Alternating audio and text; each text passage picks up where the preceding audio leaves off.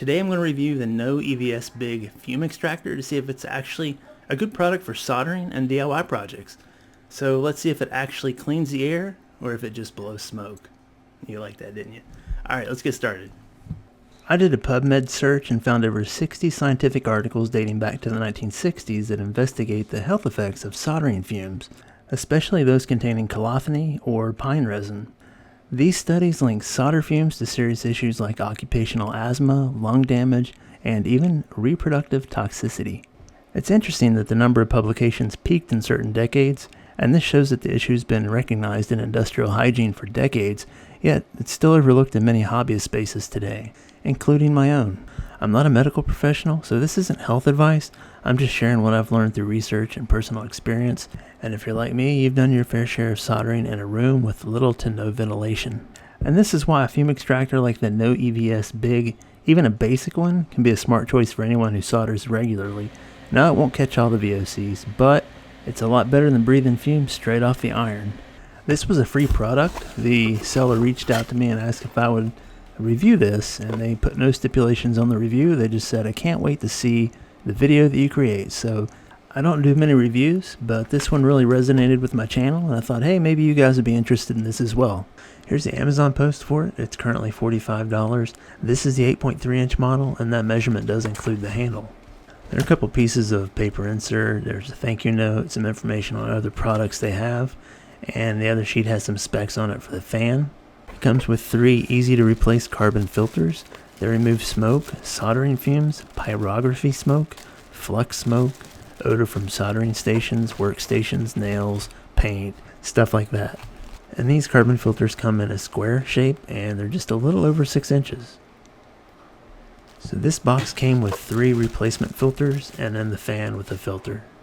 For this model, I noticed that nowhere on the Amazon post did it mention that it was an activated carbon filter, and on the package insert it mentioned that it was a carbon filter sponge. I'm sure it's fine, but I see there's also an option to upgrade to an activated carbon filter set. I will say that my first impression is that the build quality is pretty solid. It's got a strong metal casing and heavy duty rubber feet on the bottom to keep it firmly in place on this desk. If you turn it over, the fan in the back is large and it looks pretty powerful. It also has a firm on-off switch, which I really like, and a firm, stable feel to it when you set it on the desk, probably because it's almost 4 pounds. I'm pretty happy with the quality. Let's go ahead and plug it in and try it out. I want you to hear the power of this fan. It seems like a pretty good fan.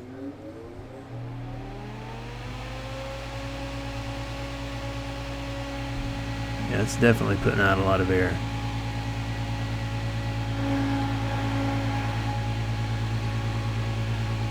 Yeah, it's pretty good.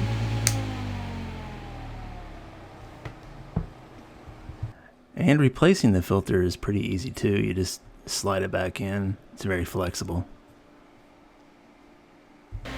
So we'll go ahead and solder here. I like to solder 1 pin just to make sure it's in the right position. And it looks like my adjustable helping hands have turned into helpless hands because it broke a while back. I'm not producing a lot of smoke here, but you can see that it's being pulled into the fume extractor. It's pretty strong. Here's another look. Maybe you can see the smoke going into the fume extractor a little better. You can see the little hair on the bottom of the filter there. So it pretty much pulls anything in the air toward it. Which reminds me, and I haven't done it yet, but you could use a pre-filter to extend the life of your carbon filter. And that pre-filter would block stuff like dust and solder splatter and other debris before it had a chance to clog up your carbon filter, and that way it lasts longer and save you a little bit of money in the long run. Here is some lead-free solder, which I think this stuff is nastier than the leaded solder. But you can see how it's pulling the smoke through pretty fast, pretty powerfully. Let's try that again. That's pretty neat.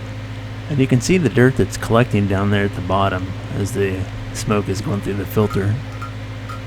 Let's do a little distance test here to see how far back it actually pulls the smoke into the extractor. Okay, wow. It's still pulling. So this is about 7-8 inches away.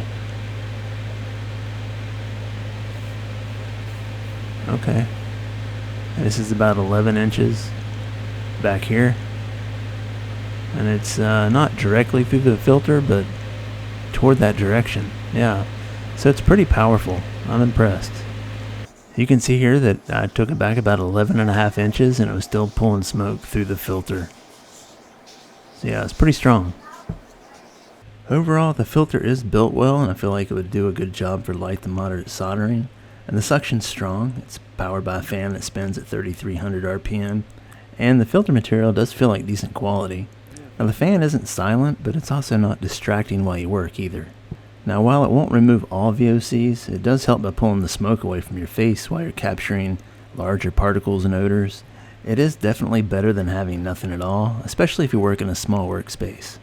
I'd still recommend using this in a ventilated area since it's not venting the air out and filtering everything. And if you really want to upgrade it, you could try layering filters or even adding a HEPA filter behind the carbon one, but you got to keep in mind that might restrict airflow depending on how strong the fan really is.